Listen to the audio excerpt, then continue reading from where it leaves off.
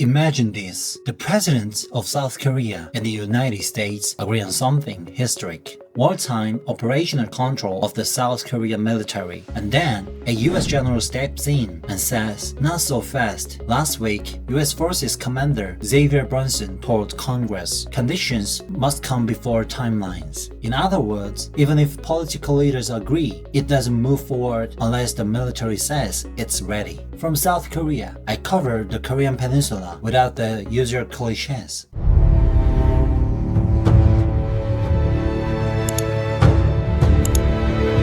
So, here's the question.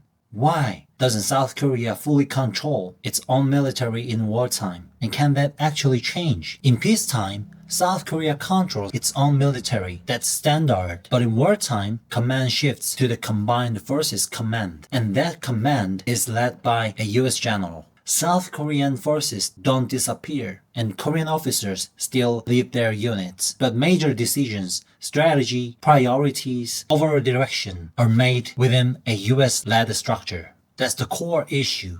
This system wasn't created overnight. For nearly 2 decades, wartime operational control has been repeatedly delayed. What began as a target date in the 2000s was pushed back again and again, and eventually replaced it with a conditions-based approach that sounds reasonable.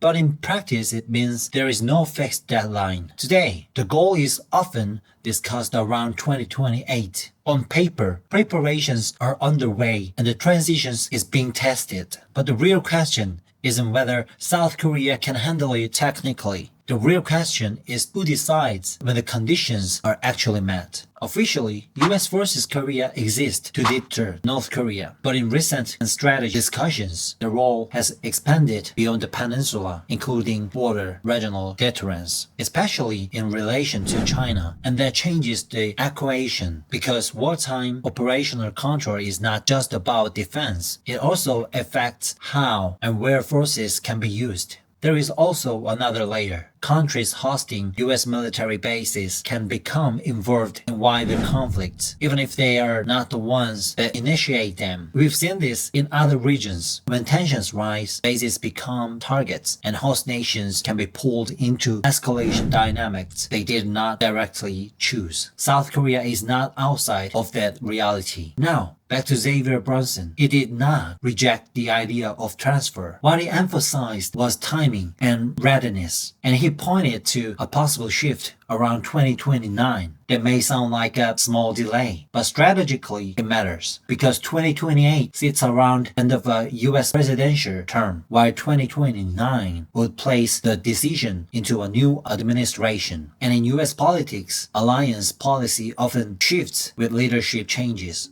So, this is not just a delay. It adds a new layer of uncertainty. So, can South Korea regain wartime operational control? Technically, yes, but this is not only about military readiness or technical conditions. It is about political decisions. And more than that, it is about whether control is something the United States is willing to give up in a region where it is becoming increasingly strategic. This is not just about readiness. It is about control.